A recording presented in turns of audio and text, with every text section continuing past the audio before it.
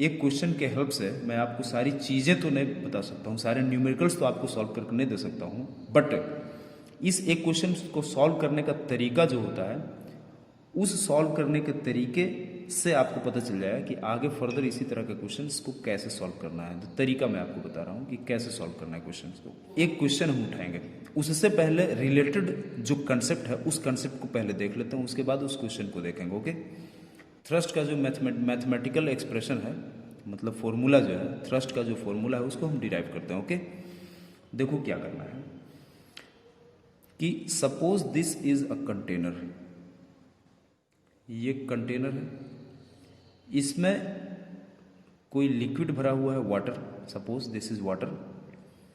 इसके भीतर एक सिलेंड्रिकल सब्सटेंस रखा हुआ है, कोई सॉलिड रखा हुआ है जो सिलेंड्रिकल है। ओके,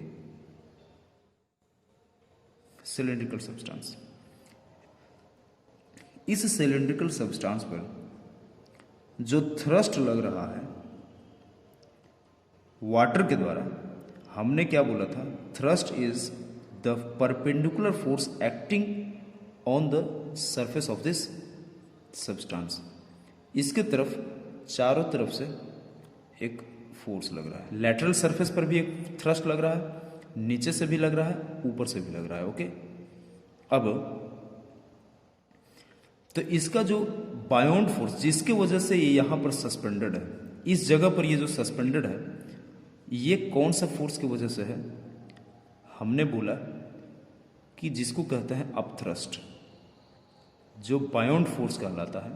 कौन सा फोर्स का कितना कंट्रीब्यूशन है जिसके वजह से यहां पर सस्पेंडेड है।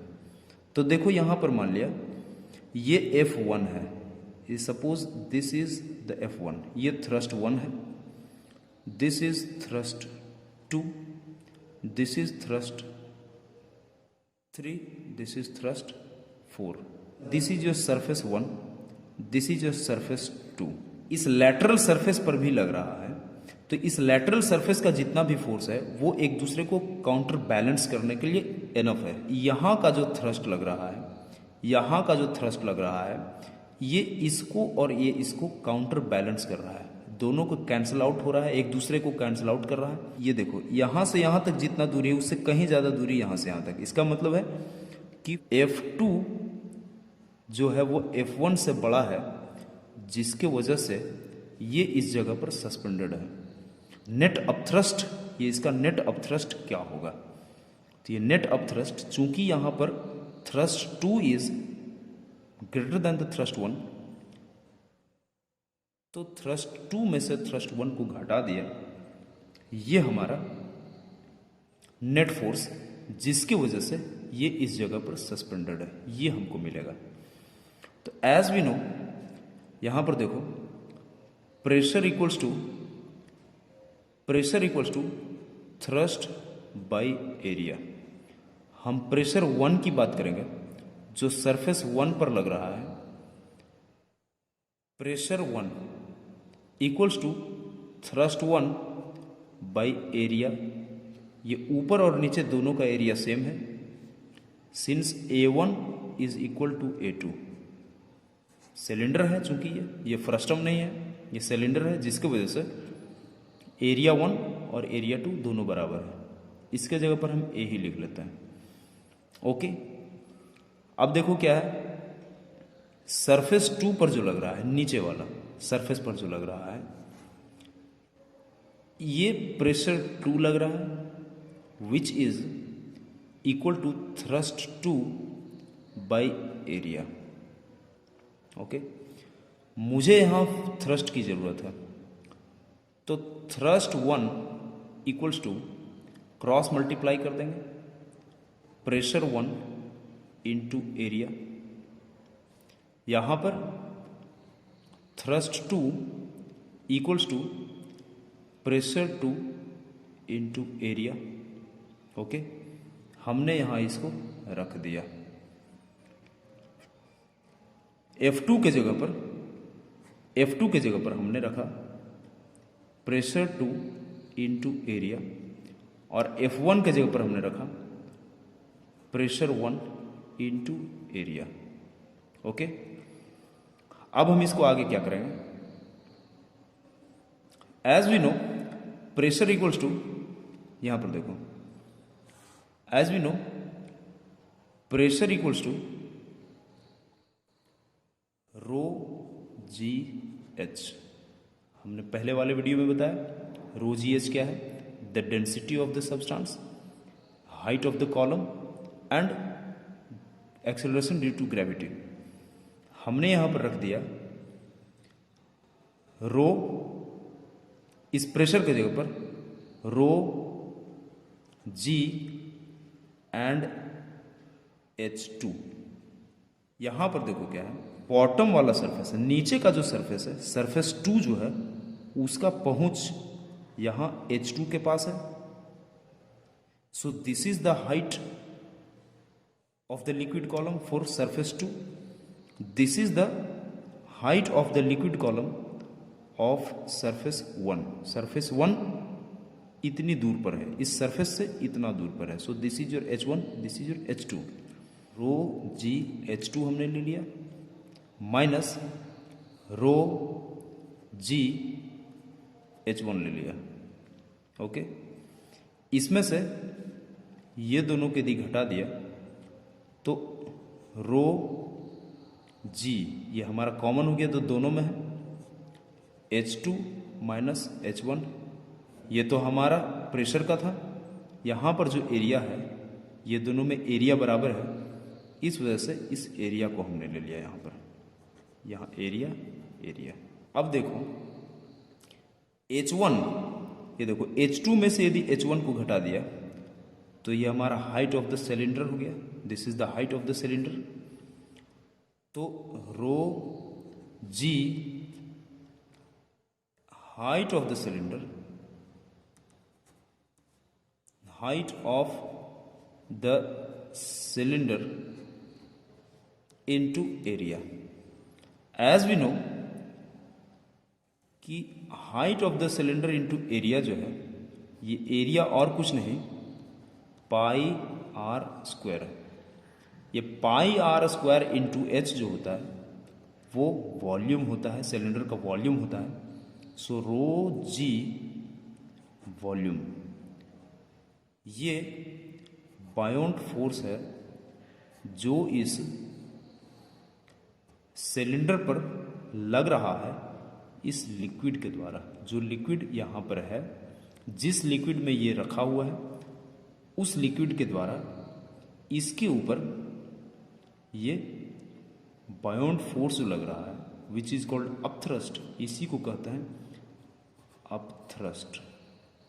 Since we know the density equals to mass by volume होता है, density equals to mass by volume, तो हम क्या करेंगे, इसको ऐसे भी लिख सकते हैं बायोंट फोर्स इक्वल्स टू, और the upthrust is equal to, इस वॉल्यूम के जगह पर हम rho acceleration due to gravity, और इस वॉल्यूम के जगह पर मास इनटू डेंसिटी लिख सकते हैं। डेंसिटी से ये density vanished, mass into acceleration due to gravity. तो buoyant force equals to mass into acceleration due to gravity. ये हमारा अगला एक्सप्रेशन हो गया जो इसके लिए है। Mass into acceleration due to gravity जो है ये और कुछ नहीं, दिस इज द वेट, ये हमारा वेट है of the liquid displaced by the cylinder. ये सिलेंडर के द्वारा जो वेट इससे बाहर निकला होगा, इसके डालने के बाद, ये सिलेंडर को इसमें डालने के बाद जो इसका वाटर लेवल ऊपर उठा, जितना वाटर लेवल ऊपर उठा, वही weight of the liquid displaced by the cylinder है, ये हमारा बायोंट फोर्स है which is equal to the buoyant force, weight of the cylinder है। न्यूमेरिकल प्रॉब्लम है उसके ऊपर सॉल्व करेंगे, which will be convenient for you to understand. See there is a question. अब इसको सॉल्व करने के लिए सबसे पहले क्या है कि क्वेश्चन को आप समझिए। क्वेश्चन सॉल्व करने का मेथड ये है कि आप क्वेश्चन को सबसे पहले एक बार पढ़ लो। आपने क्वेश्चन को पढ़ लिया, अब इसमें से क्या निकालना है ये आइडिया आ गया। उसके बाद इस क्वेश्चन को फिर आप दोबारा पढ़ो। मेथड यही कहता है कि इसको फिर से दोबारा पढ़ो। दोबारा पढ़ते वक्त जो भी चीज़ दिया हुआ है, दिस इज योर सॉल्यूशन। इस सॉल्यूशन के भीतर गिवन सबसे पहले लिखना है। गिवन क्या क्या है? A wooden cube of each side 10 centimetre, side equals to 10 centimetre, okay. Floats on water such that, इसका फिगर बना लेना है। This is the vessel. अब देखो क्या है, कैलकुलेट द अपथ्रस्ट।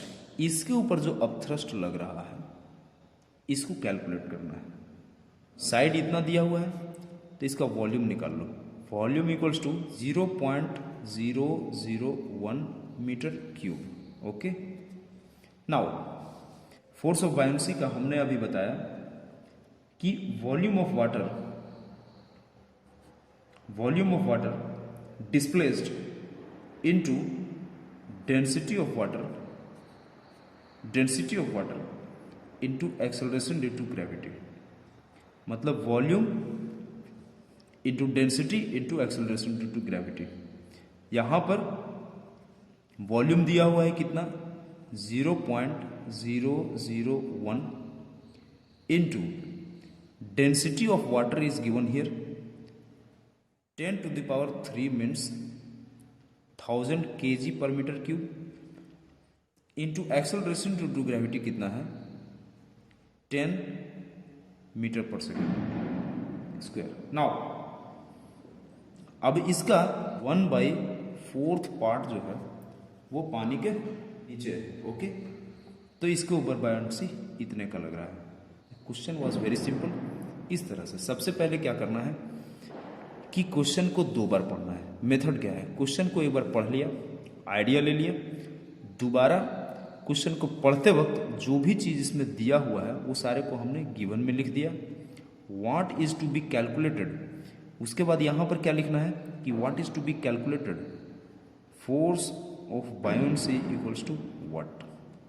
और जो भी कन्वीनियंट, तीसरा स्टेप क्या है कि जो भी चीज़ दिया हुआ इसको कन्वीनियंट वे में हमको निकाल लेना है। या देखो सेंटीमीटर में दिया होता है, ऐसा यूनिट में हमने निकाल दिया।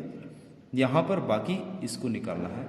सारा चीज़ दिया हुआ है, देखो गिवन साइड इतना दिया हुआ है, वॉल्यूम इतना दिया हुआ है। यहाँ पर डेंसिटी दिया हुआ है, इस डेंसिटी को भी यहाँ पर मेंशन कर देना है, एक्सेलरेशन ड्यू टू ग्रेविटी को भी यहाँ मेंशन करना है।